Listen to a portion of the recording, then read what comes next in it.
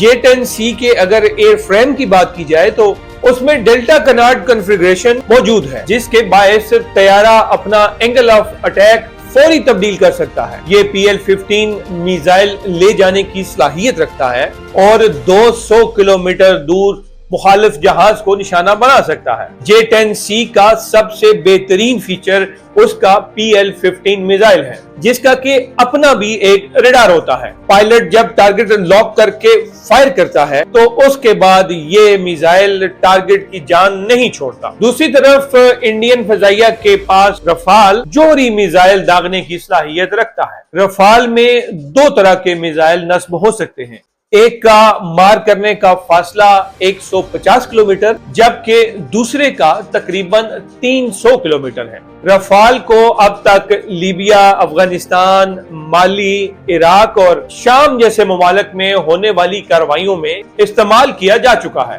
2016 میں انڈیا نے فرانس کے ساتھ 36 رفال طیاروں کے لیے تقریباً 59,000 کروڑ کے معاہدے پر دستخط کیے۔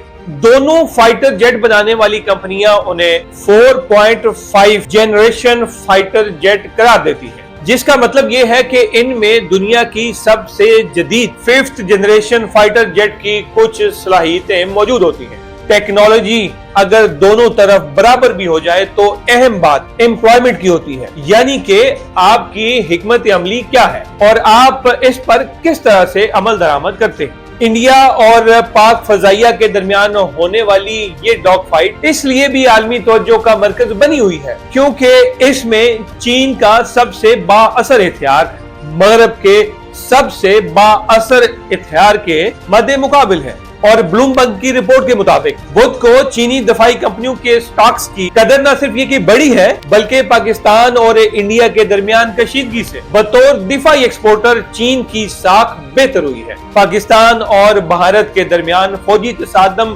بدھ کی صبح تقریباً 1 بجے کے بعد بھارتی فضائی حملوں سے شروع ہوا، جسے کہ بھارت نے آپریشن سندور کا نام دیا تھا۔ پاکستان نے ان حملوں کے تناظر میں اپنی فضائی حدود 48 گھنٹوں کے لیے بند کر دی، جبکہ بھارتی فضائیہ نے سری نگر ایئرپورٹ کو اپنی تحویل میں لے کر آنے اور جانے والی سبھی پروازیں منسوخ کر دی۔ بھارتی حکمرانوں نے انتہائی غیر ذمہ داری کا مظاہرہ کرتے ہوئے اپنی افواج پر وہ بوجھ ڈال دیا جسے وہ اٹھا نہ سکی۔ پاکستان نے حالیہ کشیدگی میں پورے تحمل کا مظاہرہ کیا، لیکن جب جواب دیا تو بھارت کو سیز فائر کی طرف جانا پڑا۔ بھارتی افواج کو یہ توقع نہیں تھی کہ ملٹری سطح پر اسے پاکستان کی طرف سے سرپرائز ملے گا، کیونکہ بھارت کو یہ غلط فہمی تھی کہ پاکستان کمزور ہو چکا ہے۔ امریکہ نے بھی پہلے تو یہ کہا کہ آپ لوگ خود اپنے معاملات حل کریں، لیکن جب امریکہ کو انٹیلیجنس رپورٹ ملی کہ بھارت کی صورتحال ٹھیک نہیں اور دنیا نے یہ بھی دیکھ لیا کہ بھارت کے سارے نعرے کھوکھلے نکلے، تو امریکہ کو درمیان میں سیز فائر کے لیے آنا پڑا۔ انڈیا اور پاکستان کے درمیان لائن آف کنٹرول پر اب بھی فائرنگ کے تبادلے کی اطلاعات ہیں، تاہم امریکی صدر ڈونلڈ ٹرمپ نے یہ اعلان کیا ہے کہ پاکستان اور انڈیا فوری فائر بندی پر رضامند ہو گئے ہیں، مگر اس دوران دونوں ملکوں میں پاکستان اور انڈیا میں کون فاتح رہا اور کون فیل ہوا اس کا تعین کرنا ابھی باقی ہے۔ پاکستان نے یہ دعویٰ کیا ہے کہ اس نے انڈیا کے دفاعی نظام S-400 کو بھی نشانہ بنایا۔ پاک فوج نے اپنے ایک بیان میں یہ بھی کہا کہ پاک فضائیہ کے JF-17 تھنڈر طیارے نے ہائپرسونک میزائل سے آدم پورہ میں فوجی تنصیبات اور جالندھر میں ایئر فورس بیس کو بھی نشانہ بنایا، جبکہ آدم پورہ پر حملے کے دوران S-400 ڈیفنس نظام کو تباہ کر دیا گیا ہے۔ اس کے علاوہ انڈیا کی وزارت خارجہ نے دلی میں میڈیا بریفنگ میں کہا کہ راجوڑی کے additional district commissioner Raj Kumar Thapa کی پاکستان کی طرف سے بھاری گولہ باری سے موت ہوئی ہے۔ انڈین فوج کی ترجمان کرنل صوفیہ قریشی نے ہفتہ 10 مئی 2025 کو ایک پریس بریفنگ میں کہا کہ پاکستانی فوج نے مغربی سرحد پر لگاتار حملے کیے۔ ان حملوں میں ڈرون، لانگ رینج ہتھیار، فضا میں گردش کرنے والے ہتھیار اور لڑاکا ہتھیار استعمال کر کے انڈین فوج کی فوجی تنصیبات کو نقصان پہنچایا ہے، جن میں ادھمپور، پٹھان کوٹ، آدم پور، بھوج اور بٹھنڈا شامل ہیں۔ جنگ ایک ہنڈولا ہے، یہ کبھی اوپر جاتا ہے اور کبھی نیچے آتا ہے۔ جب تک یہ اپنے مقام پر تھم نہ جائے کچھ نہیں کہا جا سکتا۔ تاہم فی الوقت صورتحال یہ ہے کہ عسکری، اخلاقی اور قانونی ہر اعتبار سے پاکستان کا پلڑا بھاری ہے۔ مگ طیاروں کو تو ایک زمانے سے انڈین اخبارات اڑتے ہوئے تابوت قرار دیتے رہے ہیں، مگر تازہ ترین صورتحال یہ ہے کہ رافیل طیارے بھی بے گور و کفن زمین بوس ہوئے پڑے ہیں۔ اس میں کوئی شک نہیں کہ پاکستانی فضائیہ نے انڈین فضائیہ کو ناکاؤٹ کیا ہے۔ یہاں یہ بھی ثابت ہو گیا ہے کہ چین کی جدید جنگی صلاحیت کے سامنے فرانس بھی پانی بھرتا ہوا نظر آ رہا ہے۔ پاکستان کی فضائی مہارت کا اندازہ اس بات سے لگایا جا سکتا ہے کہ پاکستان نے صرف ان انڈین طیاروں کو مار گرایا جنہوں نے اپنا اسلحہ آفلوڈ کیا تھا، یعنی کہ پاکستان نے چن کر ٹارگٹ کیا، اور ڈاگ فائٹ میں یہ معمولی بات نہیں ہے۔ اور یہی حشر انڈیا کے بھیجے گئے اسرائیلی ڈرونز کا بھی ہو چکا ہے۔ اب انڈیا اخلاقی لحاظ سے بھی پست سطح پر کھڑا ہے اور قانونی اعتبار سے بھی انڈیا کی پوزیشن کمزور ہے۔ بھارت کو یہ بات ماننی پڑے گی کہ پاکستان نے اپنی فضائی برتری ثابت کر دی۔ بھارت کی جانب سے پاکستان کو ناقابل تلافی نقصان پہنچانے کے منصوبے کو نہ صرف یہ کہ ناکام بنایا بلکہ پاکستان کا پرچم بھی سر بلند رکھا۔ آخر میں بھارت کے ایک سابق کرکٹر گوتم گمبھیر کے ایک ٹویٹ کا ذکر کرتا چلوں۔ جب رافیل طیارے پہلی مرتبہ بھارتی حدود میں داخل ہوئے تھے تو اس نے لکھا تھا کہ بڑے پرندے آخرکار یہاں ہیں، جس کے جواب میں پھر ایک گورے نے لکھا، ہوشیار رہیں، انہیں پاکستان مت بھیجیں، ورنہ پاکستانی پائلٹ بڑے پرندوں کا شکار آسانی سے کرنا جانتے ہیں۔ بڑے پرندوں کے لیے پیغام یہ ہے کہ وہ اپنے گھونسلوں میں رہیں اور محفوظ رہیں۔ گورے نے جو لکھا تھا وہ پاکستانی پائلٹ نے سچ کر دکھایا۔ ہماری آنکھوں نے وہ منظر دیکھا جس نے برسوں کی پیاس بجھا دی۔ ایسا سکون دل میں اترا جو لفظوں میں بیان کرنا ممکن نہیں۔ پاکستان گلوبل آرڈر میں ایک بار پھر ریلیونٹ ہو گیا ہے اور Kashmir issue is back on the table. Very well done Pakistan army.